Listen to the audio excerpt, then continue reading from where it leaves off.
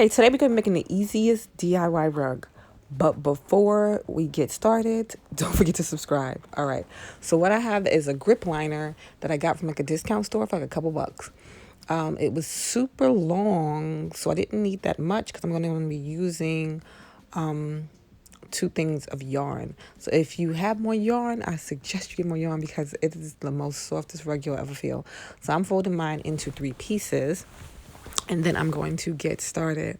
Like I said, this is super easy to do. It will take some time, but the feel of the rug, I'm telling you. I have a West Elm rug that I would like to get that is like thousands of dollars. And this feels just as good as that rug.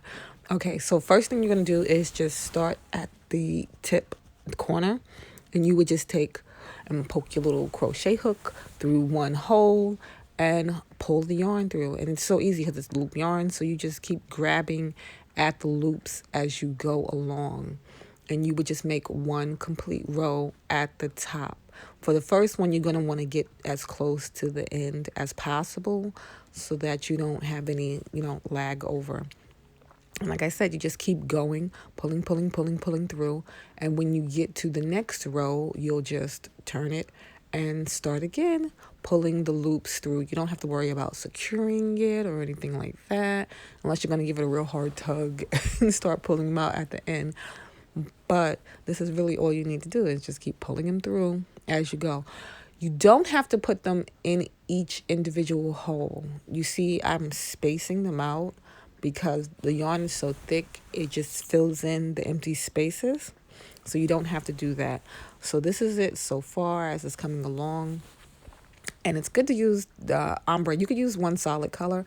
I like the ombre because it gives it a different, look and feel. So this is about one whole pack of the yarn almost. And you can see that it's filled up half of the piece I was doing. So the grip that I had was about 60 inches. So then 1/3 of that would be about 20 inches long. So this isn't the longest rug right now, but I was just working with the pieces that I had and I wanted to see how it would turn out. I would definitely go back and get more yarn and do it longer and maybe wider. So you just, get a wider grip, or you can piece them together, however you may feel to put them together, because the bigger it is, it's going to be nicer. But it will be a nice area rug too for like a bedroom or something like that, something to put your feet on when you step out in the morning.